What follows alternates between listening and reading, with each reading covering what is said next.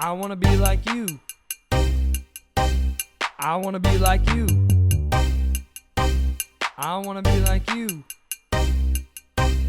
I wanna be like you, you. Oh, thank you, thank you. Thanks so much. Oh, stop it. Thank you.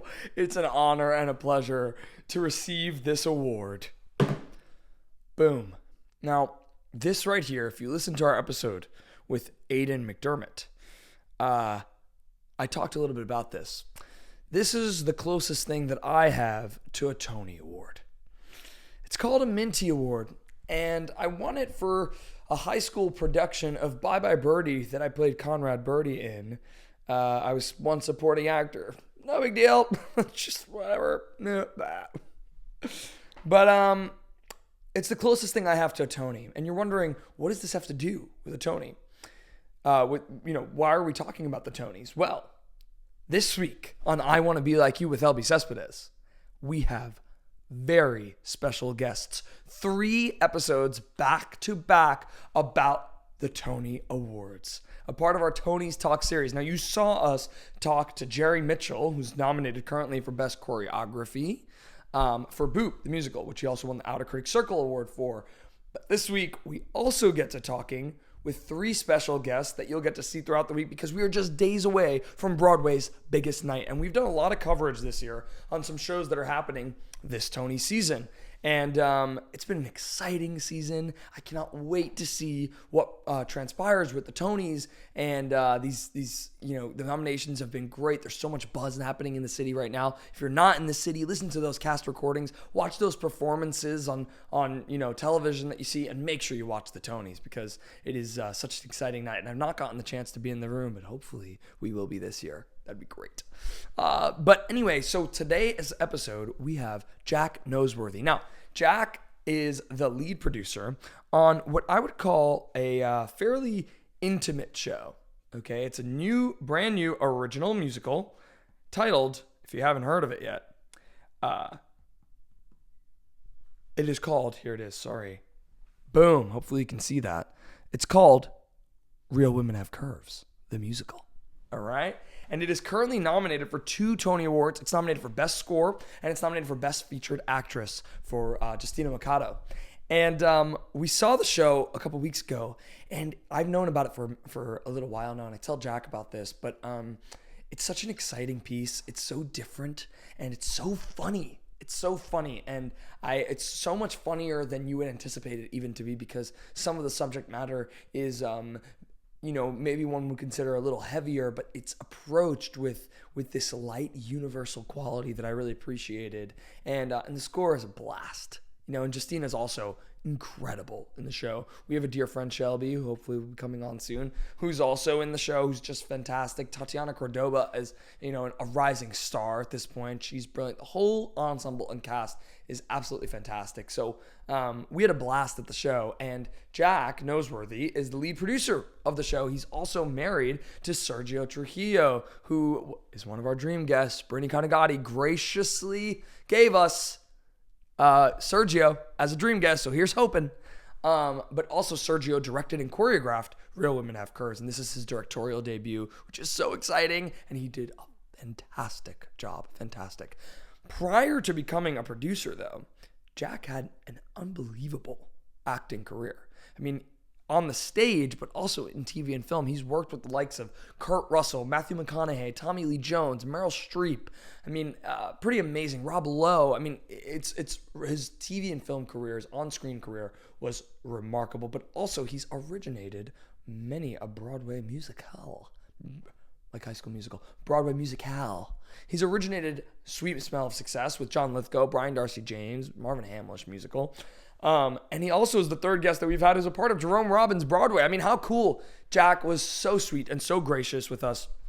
And just, he was so smart and had so many smart insights to provide. So we are so lucky to have him on as the first, a part of our Tonys week. Today, I want to be like Jack Noseworthy. All right. All right, welcome to another episode of I Want to Be Like You with Elbi Cespedes. Today, I want to be like Jack Noseworthy. Thank you so much. So we were talking about this earlier because I was listening to Sweet Smell and I told you that I think your voice is stunning. Thank you. And you are a tenor's tenor. Yes. Yeah. Thank you. I appreciate that. And it's funny too because so you know Brittany Conagati. Right? Of course. Okay, so Brittany has been a good friend forever, and she came on the pod, and we do a segment where we ask someone to give us a dream guest every time, and Brittany manifested Sergio. We manifested a dream guest. So it's funny when Jack came in, he was like, "Has Sergio been on yet?" And I was like, "No, but Sergio is on the list of amongst Sergio and Carol Burnett and Nathan Lane. He's amongst the list of our dream guests. So we'd love to have Sergio on, and and we're very grateful that you're here as well. Thank you. Okay, so we start the podcast with the same question every time, and it's who was your I Want to Be Like You when you were a kid? That's a really good question. I kind of idolized a lot of people. I always wanted to be an actor. Okay. Like I never knew a time when I didn't want to be an actor. Yeah. I started when I was 4 years old and not professionally working, but like, you know, I knew I was in church choir and I knew that I wanted to be on Broadway. Like when I was a kid, people would say like, what do you want to be when you grow up? And I'm going to be an actor. And they'd say, well, what are you going to fall back on? I'm like, I'm not going to fall back on anything. I'm going to be an actor. Right.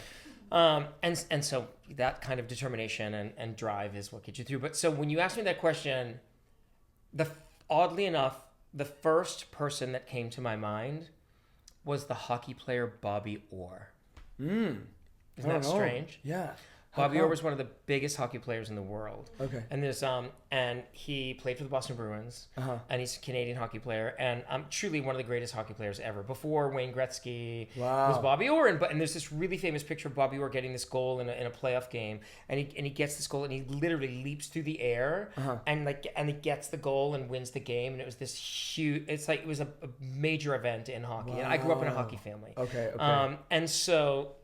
For some reason, I know you're thinking actor. But that director. We'll take it. And I think the thing behind that was that when I kind of unpack that now, it's about someone having this iconic moment that inspires and elevates people to be their best. Yeah. So I think that's kind of why that person came to my mind, because it was truly like, you know, the shot heard around the world, right? It was like, oh my God, Bobby Orr just flew through the air, got the goal, and won the playoffs. You know, so Did you play hockey? I did, yeah. Oh wow, okay, yeah, that makes sense too. Yeah. Where are you from originally? I'm from Boston, Massachusetts. Oh, okay. Yeah. Well, that makes double sense. Yeah. You're from Boston. So you said were you a theater kid?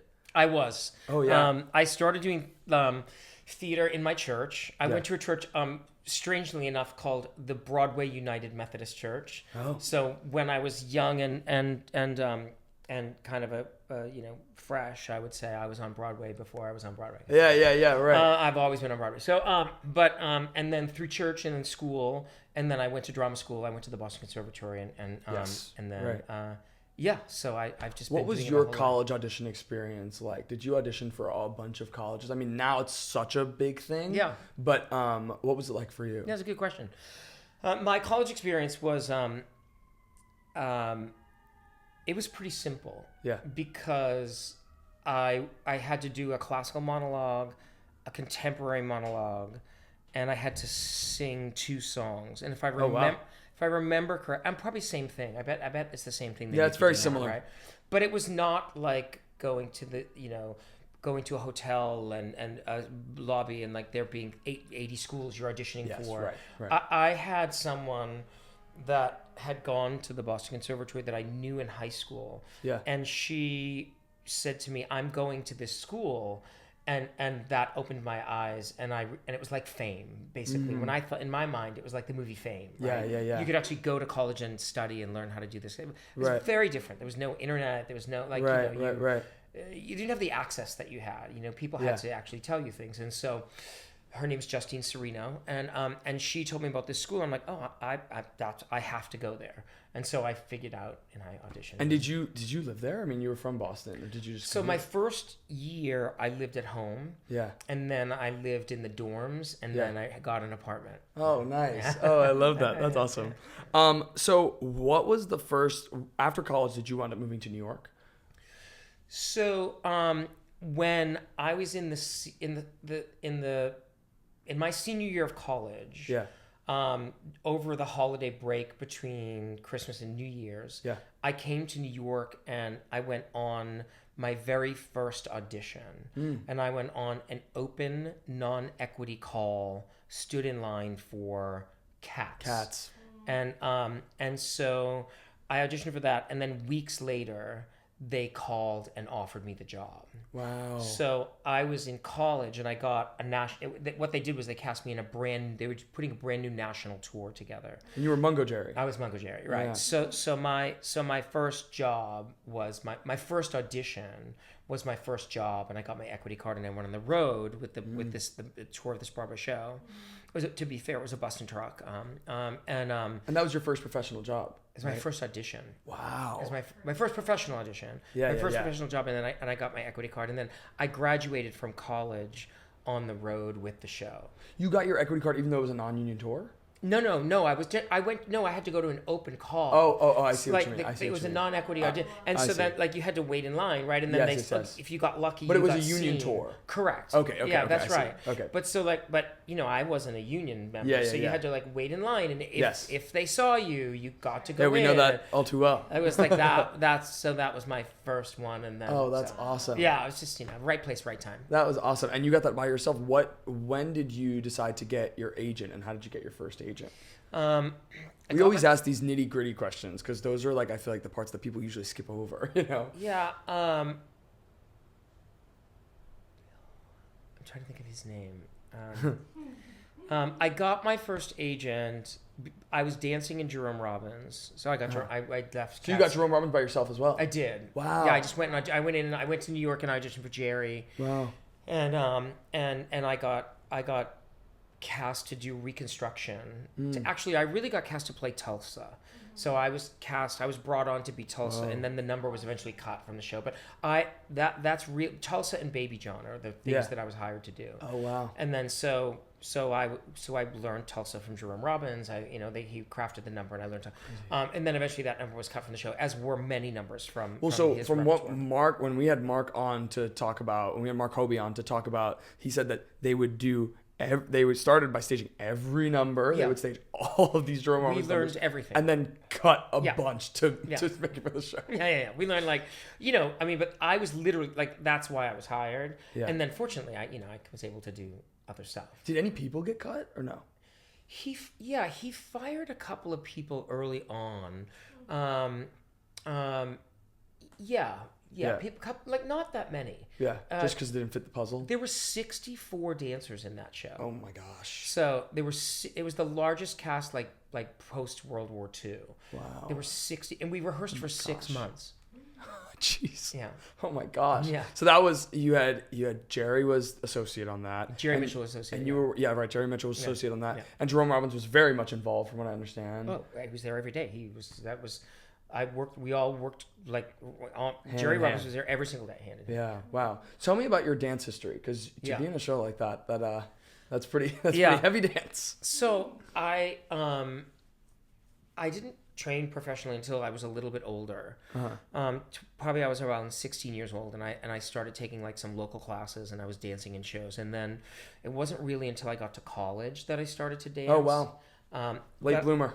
But I was also physically a late bloomer. Okay. And so when I grew an inch while I was in college, so I was, 19 years old, and I still wasn't fully grown. Wow. And then at that point I had been dancing for a year, and so my body was still changing and still growing. Sure. And so it took to my body very, very quickly. Yeah. And I loved it. Yeah. And because I loved sports. Yeah. And I was such an athlete. When I started to dance, the creativity and the physicality and the sportsmanship of dance and the creativity of it, it just it opened me up in a way that I don't know if I've ever experienced since then. Once I discovered dance and taking class and going to ballet class and the commitment that it takes, and the everyday and the sacrifice, but also the athleticism and the creativity of it, right, is I think it's the most incredible sport or art that there is. I think it's just beautiful. Yeah, I love that. I agree.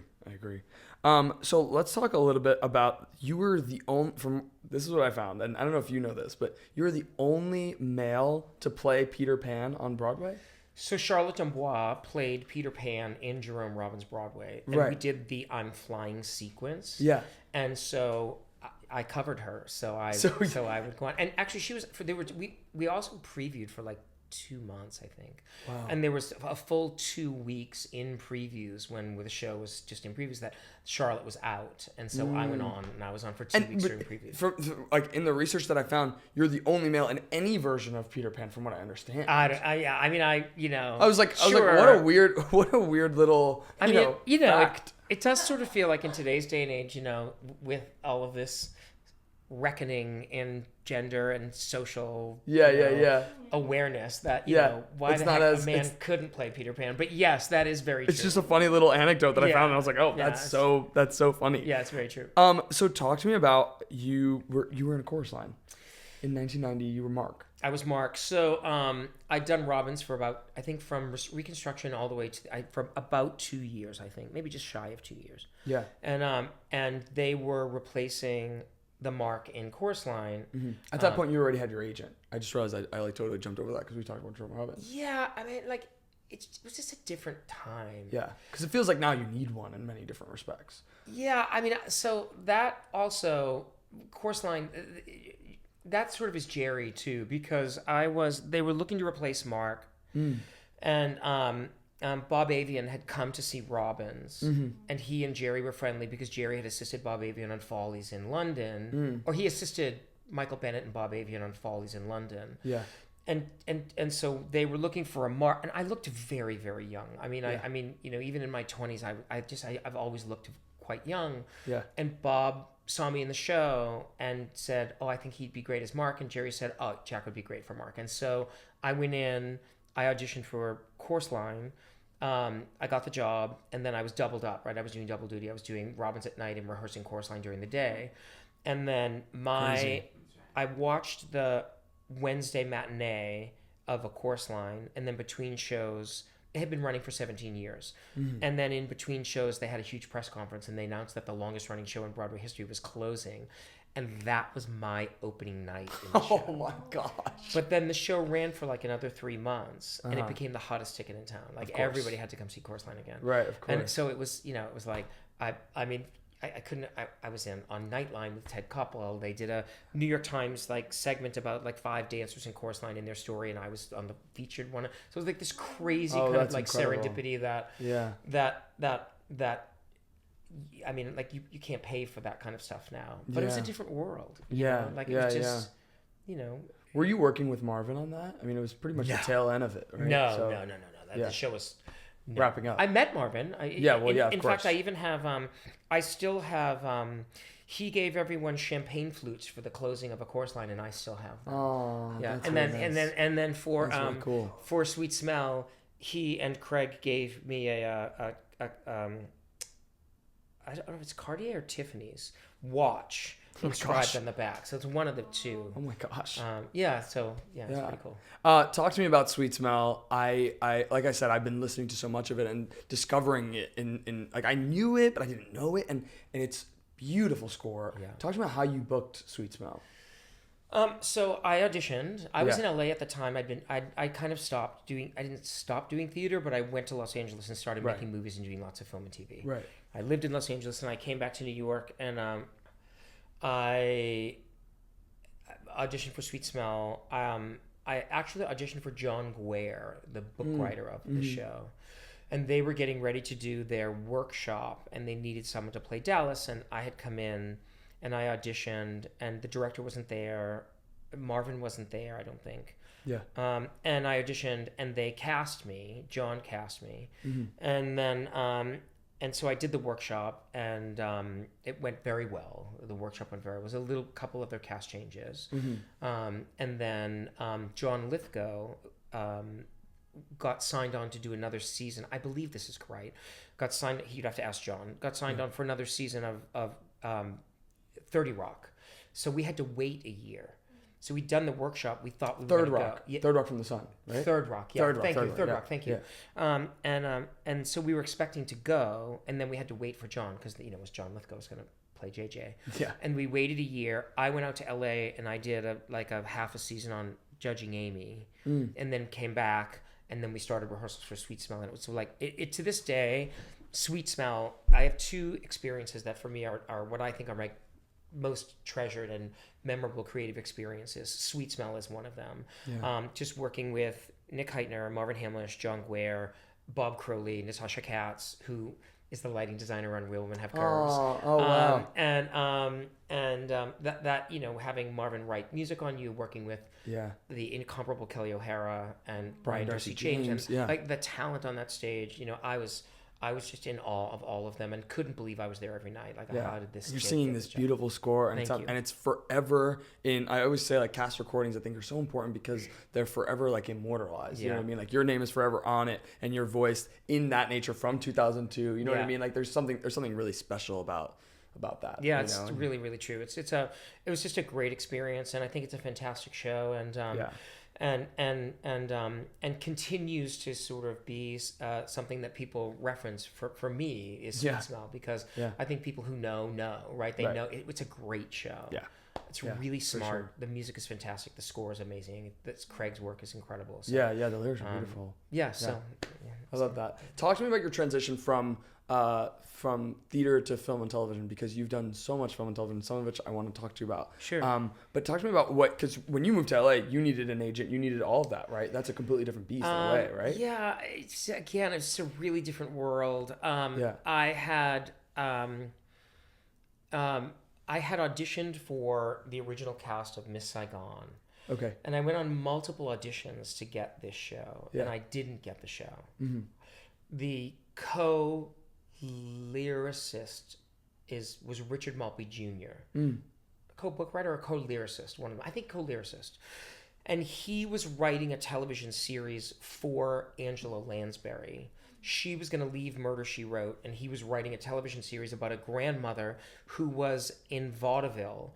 Her daughter got divorced and moved in with her son, and the grandmother and the son became a songwriting team, and this was a half-hour sitcom. Wow. So Richard Maltby, I didn't get Miss Saigon, and Richard Maltby Jr. called me and said, hey, I think you should go audition for this TV show. I think you're really right for it. I don't know if you'll get. We're not going to fly you out there. We're not going to. But I'll make sure you get an audition. Right. So I said, okay. I didn't get Miss Saigon. So I bought a plane ticket and I flew out to LA, and so I literally went to the phone book and I looked up the networks, CBS, ABC, and NBC, and I called the casting offices, and because I'd gotten so much press from a chorus line, because it wasn't that much of a time difference. Yeah. There were somewhere I was in somebody's mind. Someone was like, that guy, like, weren't you in chorus line or something? Like, people knew. Yeah. And so I was able to get myself some appointments, even because I flew out just for this audition, but I spent like $275 on a plane ticket, and I had to rent a car, and like it was a lot of money. Yeah. So I was trying to make the most of anything I could do to. And so then I met with a couple of people, and they said, "Oh, you need to get an agent." And so they introduced me to an agent, this woman by the name of Judy Shane, and I went and met with Judy Shane. And Judy Shane sent me on an audition, and I now know that she just sent me to her friend to find out if this kid could act, I'm sure.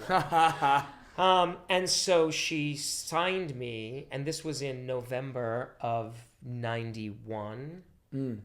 Of 91, Course Line closed. So, she said to me, Judy Shane was a real character. She smoked. She's like Judy Shane was like Joey's agent on Friends. Okay. Just to give you the reference. And she said, you got to be out here by January 10th. That's when the doors to pilot season go flying open.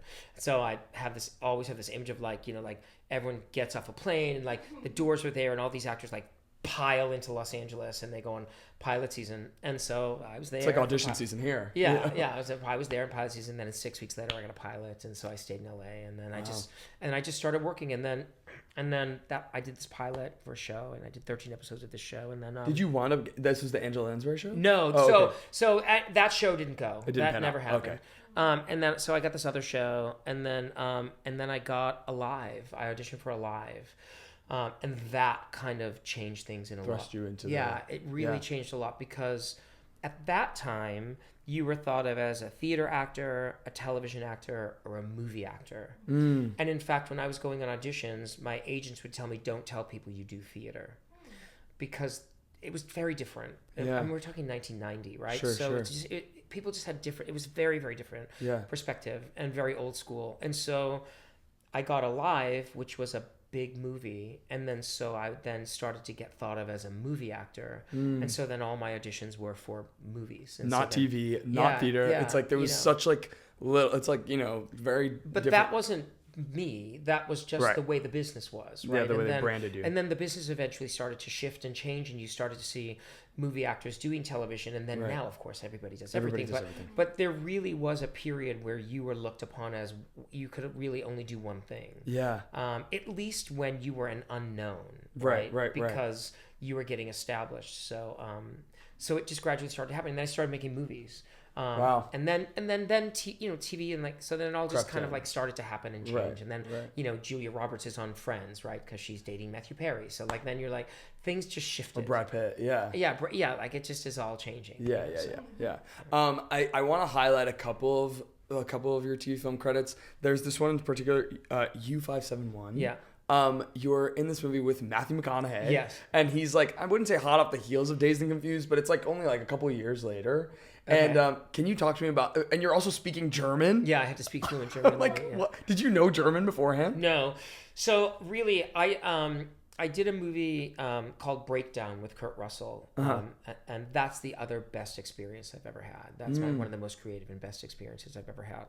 And the director of that film was Jonathan Mostow, and it's a very good movie. I recommend anybody to see that movie. I have a great part in that movie, but it's a very good movie. Yeah. And Jonathan has subsequently cast me in everything he's done since then. Wow. And U571 was one of those movies. Oh, I see. So I was cast in that because I was Jonathan's.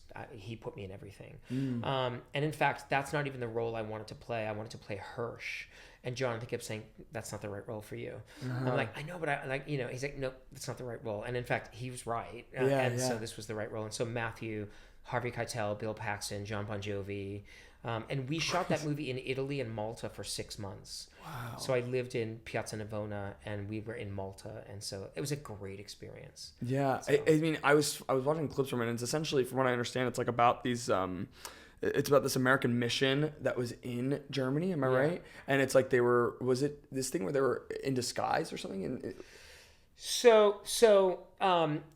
mean, it's a story about capturing the first Enigma machine, but in fact, the Brits actually captured the first Enigma machine. America did as well, but the Brits are really credited with capturing the machine that could decode German communication. Okay. And so that's really what changed the course of the war. The Brits they did that. And there's a really marvelous play called Breaking the Code that starred an actor by the name of Derek Jacobi about the guy who figured out the Enigma machine, and he was gay, and he basically changed the course of the war, and then was imprisoned because he was gay. And the play is called Breaking the Code that starred Derek Jacobi, and and it's about the Enigma machine. Oh. Our movie U571 is also about that, but there's some liberties taken different. America's also captured an Enigma machine, but it did not save the war. The Imitation Game. Excuse me? I was going to say, I was wondering if the Imitation Game was... Oh, I don't know that. The Benedict Cumberbatch movie from like 10 years ago. Oh, okay. Yeah. Oh, he must have played the guy. Oh, I can't think of his name. Who was in prison. Yeah. It's terrible. It's terrible. I should know his name, not the actor who played him. That's funny. Can somebody look that up? Yeah, look it up. Because we should know his name. Yeah. So it was a great experience. But similar to Alive, alive, I was stuck on a mountain, like with a bunch of guys, like telling the story. And then in U57, when I was stuck in a submarine with a bunch of guys telling it. So it's fun. It's a really good movie. Can you talk about working with Matthew McConaughey? Because he wasn't quite Matthew McConaughey yet, but he was still star energy. What was his name? Alan Turing. That's exactly right. Yeah. Thank you. Yeah. I mean, I knew John. John and I knew each other, John Bon Jovi, because I had been in a video for him. Yes, the music video. Yeah. So John and I knew each other, and so Matthew was, like, it was just a bunch of guys. Like, you're just actors, right? We're all just making a movie. We're living in Italy. We're on the road with the show, making movies. Yeah. So Matthew's a terrific actor. He was a great leader. Really wonderful in the movie. Yeah. And I think that the camaraderie that we built around that film, to really say one person's, it was really the group of guys that formed this companionship, and this troupe of people that were telling this story was what I took away from that. Yeah. I'm still very good friends with a couple, especially this guy Eric Palladino. He's one of my best friends, who plays I forget his name in the movie, but how cool though. That's awesome. Yeah, it was a really good You time. came back to New York right before Sweet Smell. Did you come back for Sweet Smell? I did. Okay. I did. I came back to New York for Sweet Smell. Okay. Yeah, okay, got it. Yeah. And so then did you from that point on, were you staying in New York, or were you just bouncing back and forth? No, I was bi-coastal for about 10 years. Oh wow. So I went back and forth and back and forth in between in between the workshop of Sweet Smell, and then I went out and did Judging Amy, like half a season on Judging Amy, and then I came back to New York to play Pippin at Paper Mill for Mark Hoby. Wow. Mark Hoby wasn't running Paper Mill yet. Yeah. But I was Pippin at Paper Mill Playhouse, and then we went into rehearsals for Sweet Smell. Okay. So that's kind of. But then I went back and forth for 10 years. Yeah. So I want to ask you about this one play, Mother Courage and Her Children, with Meryl Streep at the Delacorte, directed by George C. Wolfe. I mean, what in the world? This is like an incredible story. I was looking it up, and can you talk a little bit about that? That's that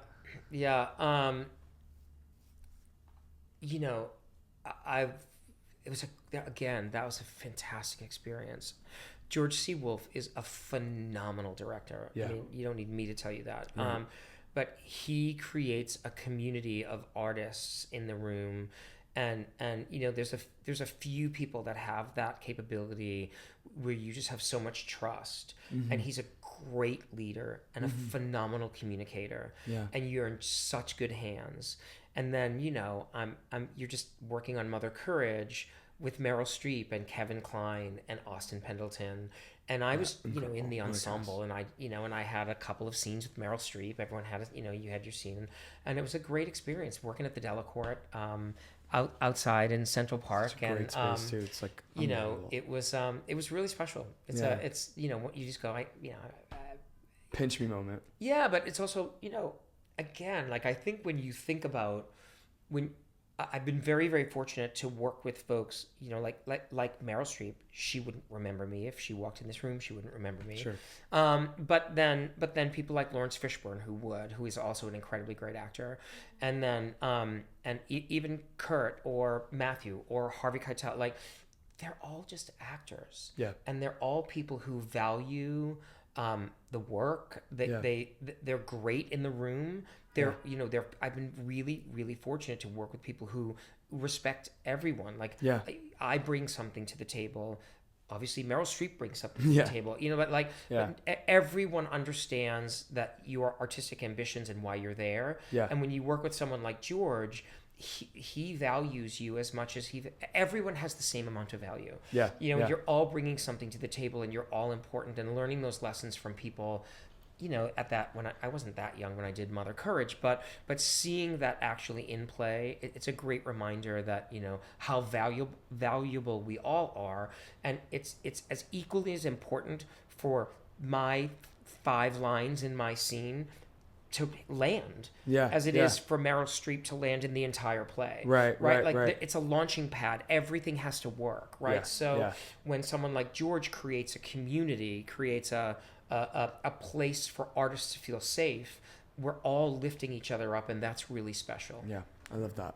Talk to me about your transition to producing. You started TruWorthy Productions. Yeah. What inspired you to do that? And from what I understand, your first show was Arrival at ART. Yeah, that's right. It was a John Lithgow play. Correct.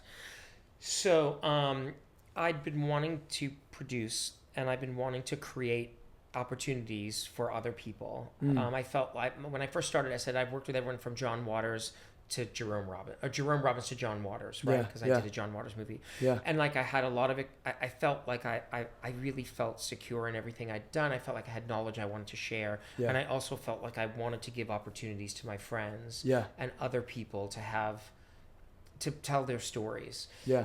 I didn't quite know as clear as I do now what that was. But and then so I started optioning material. I produced a couple small readings and workshops. Mm-hmm.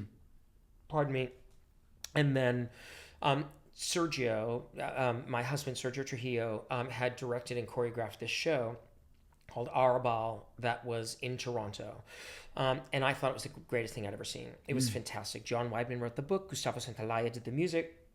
And, pardon me. And I was in between jobs. And I produced a couple of things. And I really wanted... this show didn't go anywhere. In Toronto, it kind of stalled. Uh-huh. And so we got the rights, and John would come to the house, and Sergio we'd come to the house, and we'd just work on the show. Yeah. And then I found a theater festival in Bogota, Colombia, and I produced the show in conjunction with this theater festival, which was something like I had absolutely no idea what I was doing. Literally, I'm telling you, I had zero idea what I was doing. Zero. Wow. I had to book an international shipping container and figure out taxes and how to get something through immigration in the country. I had all the dancers were Argentinian. I moved the set from Toronto to New Jersey. I put it in storage. I put it in this container. I shipped it to Bogota, Colombia. Oh my gosh. But you're dealing with a festival, and they're working with you. And I had literally no idea what I was doing. Yeah. I'm keeping records. I'm spreadsheets and I had to raise all the money. Yeah. And then and make it happen. And so I did. And I realized I produced this thing. Yeah. And so then the ART in Boston had come down. They were looking for, at that time, Latino theater, and they saw the show in Colombia. They came to Bogota, Colombia. Yeah. Wow. Oh my gosh. And is this a big theater festival? It's called the Ibero-American Theater Festival. I don't even know if it still exists. This was 2017, 2016. Yeah. And so they said, and this woman by the name of Diane Borger, who at the time was Diane Paulus's producing partner at ART, and Sergio had worked with Diane Paulus a couple of times, so it wasn't that random. Sure. And they said, we want to do your show at the ART, and then I spent a year working with the ART. Now I'm still acting. Yeah. And then I had to raise the money and enhance that production. And then we brought all of the Argentinian dancers, and then we got the set back to New Jersey, back to Boston, and did all the thing and raised the money and put the show on in Boston. And that was really a big watershed moment for me. How do you go about enhancing a production and raising the money and whatnot? You have to ask people for money. Yeah. As a new producer, how do you go about that? Do you know, just through acting and through, how did you know who to reach out to? Honestly, you start with your friends. Yeah. And you ask your friends, the dentists and anesthesiologists of America that are willing to give you money to try to get your project off the ground. And then hopefully there's some success. They believe in you. That's why they're right. And so that show was successful, and then I realized that I thought, I really like doing this, and so I went back to school and I got a master's degree. And incredible, at NYU. Yeah, at NYU. And so how did Real Women Have Curves come about? Yeah, how did it come to your desk? So I was in Come From Away, and I was looking at I was at the gym, and I was looking at the treadmill, and the movie came on, and at that point, I produced a couple of things. And Sergio had won his Tony Award for Ain't Too Proud. Yeah. And we'd really formed our company, and the mission of our company really is to do things that are that have social significance, but are also commercially viable. Right.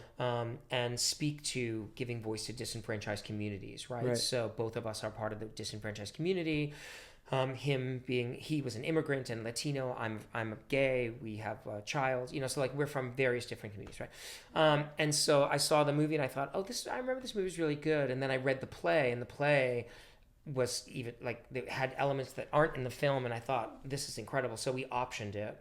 And then I partnered with Barry Weissler, who created Waitress, because I really felt like what he did with Waitress was quite similar to what I had envisioned I wanted to do with Real Women Have Curves, the musical. And so that's been a wonderful partnership. And then I went ahead and like I found Joy Huerta, and we went to Mexico City. She'd never written a musical before, and I convinced her that she could write a musical. And she said, "I've never done this." I'm like, "I know you can do this." And then we married her to Ben Velez, who's a musical theater composer out of Columbia University, and they wrote this great score, which is nominated for Tony this year. I was going to say, you guys have 2 Tony nominations right now. Yeah, and Justina Machado. And the show is wonderful. I should also say the show is wonderful. I've seen it, and it's a joy, and everyone walking out is just having a blast. Yeah. You know what I mean? And it's so funny, too. Yeah. And I know that a big part of it to Josefina was about the comedy. That's right. I just had lunch with Josefina today. She said, when I optioned the material from her, she said, "Look, I've seen my play done 30, 40 times around the country." She said, I know in the first few minutes if the director thought of it as a comedy or as a drama, and she said, "I wrote a comedy. I want it to be funny. Please make it funny." Right. The women in the play are dealing with adversity through humor, and that's how Latin people deal with their issues. Is they deal with it through humor. So I believe we did really achieve that. Lisa Loomer and Nell Benjamin achieved that. Of course, then Ben and Joy, and so I'm so proud of the show. What's interesting about the show to me is that as specific as it is to the Mexican culture, it also is a universal story. Yeah, that's right. And I mean, like we're Dominican, and there's so many isms, and even removed from Dominican, we're also Russian, and there's also so many isms that you're like, oh, I know that from that. Oh, I can associate this with that. You know what I'm saying? And there's a really special moment in the show, and it is the number Real Women Have Curves. And I would imagine that you guys are getting like that's the biggest moment. That feels where the show gets. We get a standing ovation every single night. Right, because you did when I was there. Yeah, it gets so we do 8 shows a week. We get 16 standing ovations. So amazing. It's really unbelievable. Because I think you see what you just said. It's 8 women, 7 women on stage. Creating again this sense of community and trust with each other, and then revealing themselves in a way that like it's never been seen before. Right. And everyone in the audience just can't believe how great it is. Yeah. And they leap to their feet because you see yourself up there, the bravery and the courage that it takes to just be who you really are. Yeah. And it happens every single night. And so it's really special. And your cast is fantastic as well. Terrific. I mean, like Tatiana is brilliant, and she is leading the show with such grace and such a. It's a great show, and you should all go see Real Women Have Curves. Thank you. It's excellent. Thank you. A blast. And Sergio did a great job as well. Yeah, I mean, like the choreo and fitting this choreo on this cast, who aren't particularly dancers, but there's so many elements of Sergio's voice, and it was a blast. We had a great time. You. It's awesome. Yeah, it's really I'm really proud of it. And you talk about how it's specific. I think specificity breeds universality. Yeah. And and I think about a chorus line. Well, a chorus line is about a bunch of dancers auditioning for a Broadway show. Who wants to go see that? Right. No, it's about people that are putting their lives on the line to get a job. Right. Right. It's about people that are risking everything. Yeah. Everything because they need to put food on the table. Right. Because they need a job. Yeah. It's not about a bunch of dancers auditioning for a Broadway show. Right. It's about that. It's about human beings risking everything. And I feel like Real Women Have Curves is very much the same thing. And if I had to give it that, the old Hollywood sort of like pitch, I would say it's In the Heights meets Fiddler on the Roof. I love that. And it really does. And it delivers on every level because the audience leaves just filled with joy. Yeah. And again, it's a show that has social significance and also it's commercially viable. So no, it's great. We asked this question. This is our last question every time. We started the podcast by asking you who your I want to be like you as a kid was. We want to ask you, who's your I want to be like you now? It doesn't have to be a celebrity. It could be someone in your life. It could be whoever you like. My son. Yeah. Yeah. What's his name? Lucas. Yeah. I love that. Yeah. I love that. We'll take it. Thank you so much, Jack. We really appreciate it. Yeah, it was really nice. I want to be like Jack Noseworthy. Thank you so much. Yeah. Thank you. I Want to Be Like You with Elbi Cespedes is produced by Elbi and Christian Cespedes. Special thanks to Angelina Cespedes, Kirsten Blue Kaiser, Nicole Suter, Sabrina Blandon, Vincenzo Salvatore Cakes, and of course, Jack Noseworthy.